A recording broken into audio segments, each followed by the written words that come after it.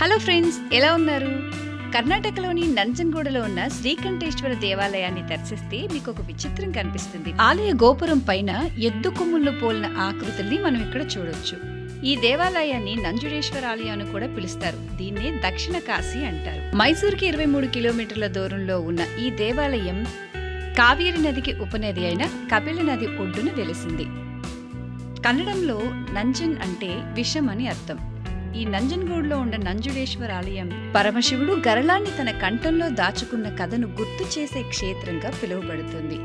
ఇంకా ఈ క్షేత్రంలో అనేక ఉప ఆలయాలు ఉన్నాయి. ఈ క్షేత్రాన్ని 9వ శతాబ్దం నుండి గంగులు, చోళులు, హోయసాళ్ళు, శ్రీకృష్ణదేవరాయలు, ఒడియాళ్ళు వంటి రాజులు అభివృద్ధి చేశారు. ఈ క్షేత్రానికి పరశురామ క్షేత్రం అని మరో పేరు కూడా ఉంది. స్థల పురాణం ప్రకారం ఒకప్పుడు ప్రధాన ఆలయానికి పక్కన ఉన్న ఆదికేశవాలయం మాత్రమే ఉండేది. పరశురాముడు తన తల్లిని సంహరించిన తర్వాత నదిలో గొడ్డల్ని శుభ్రం చేసుకుంటుండగా నది లోపల ఉన్న శివలింగానికి గొడ్డలి తగిలి రక్తం కారితే ఆయన శివుణ్ణి క్షమించమని కోరగా శివుడు ఈ ఆలయానికి పక్కనే తనకు కూడా ఆలయాన్ని నిర్మించమని చెప్పాడని అంటారు. మీరెప్పుడైనా బెంగళూరు టు మైసూర్ ట్రావెల్ చేస్తే ఈ దేవాలయాన్ని దర్శించే ప్రయత్నం చేయండి.